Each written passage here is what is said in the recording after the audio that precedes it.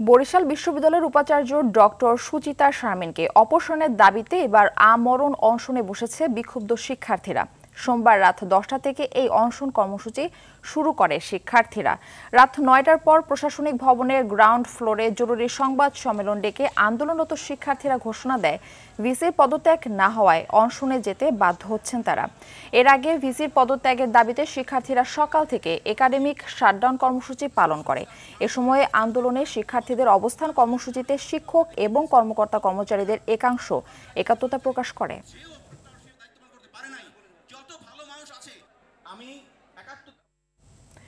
দর্শক, এই বিষয়ে বিস্তারিত জানাতে বরিশাল থেকে আমাদের সঙ্গে সরাসরি যুক্ত হচ্ছেন সহকর্মী আরিফুল ইসলাম।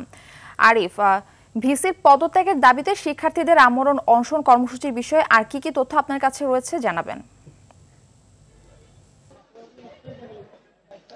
জি মারফি, আসলে বরিশাল বিশ্ববিদ্যালয়ের শিক্ষার্থীরা কিন্তু গতকাল রাতেই কিন্তু বরিশাল বিশ্ববিদ্যালয়ের যিনি ভিসি রয়েছেন ডক্টর সুচিতা শারমিন তার পদত্যাগের যে এক দফা দাবি সেটি কিন্তু দীর্ঘদিন যাবৎ করে আসলেও গত চলতি মাসের যে 4 তারিখ তারা কিন্তু এক দফা দাবি দেন যে তার অবশ্যই পদত্যাগ করতে হবে। সেই ধারাবাহিকতা তাদের আন্দোলন চললেও তাদের একটি ক্ষোভ যেটি রয়েছে, যে তথ্যটি সেটি আপনাকে প্রথমে জানিয়ে রাখি যে এখন পর্যন্ত তাদের বিশ্ববিদ্যালয় মঞ্জুরি কমিশন কিংবা শিক্ষা মন্ত্রণালয় থেকে কোনো যোগাযোগ করেনি।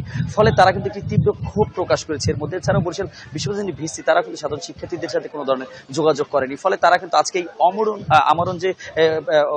আমরণ যে অনশন কর্মসূচি সেটি কিন্তু তারা দিতে বাধ্য হয়েছে। এবং আপনি জানবেন, যেটি আগেও বলেছিলাম, যে গতকাল রাত 9:30টায় তারা একটি সংবাদ সম্মেলন করে এবং রাত 10টায় কিন্তু সোশ্যাল মিডিয়ায় বরিশাল বিশ্ববিদ্যালয়ের যিনি ভিসি তিনি ঢাকা থেকে বিভিন্ন ধরনের বিশ্ববিদ্যালয় নিয়ে তিনি কথা বলেন। কিন্তু কথা বলার মধ্যে থেকে কিন্তু সাধারণ শিক্ষার্থীদের স্বার্থ সংশ্লিষ্ট কোনো কথা ছিল না। শিক্ষার্থীদের বিভিন্ন দাবি দেওয়ার মধ্যে থেকে তাদেরকে কিন্তু এর আগে বরিশাল বিশ্ববিদ্যালয়ের যিনি ভিসি রয়েছেন তিনি মামলাও দিয়েছিলেন। সেই মামলাটিও কিন্তু তুলে নেওয়ার জন্য বরিশাল বিশ্ববিদ্যালয়ের সাধারণ শিক্ষার্থী রয়েছেন তাদের কিন্তু দাবি ছিল।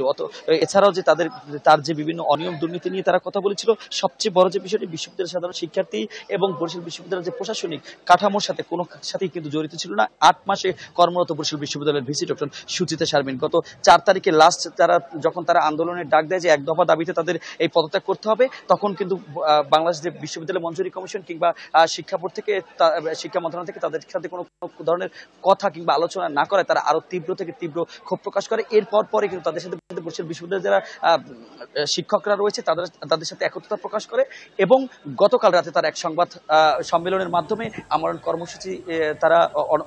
অনশন কর্মসূচি দেয় যে বিশ্ববিদ্যালয়ের যে ভিসি রয়েছেন তার পদত্যাগ করতেই হবে। তো এখন পর্যন্ত এতটুকু ছিল, হয়তো বা পরবর্তীতে তারা আরো কি কর্মসূচির অন্তর্ভুক্ত আনে সেটি আমরা জানাতে পারবো।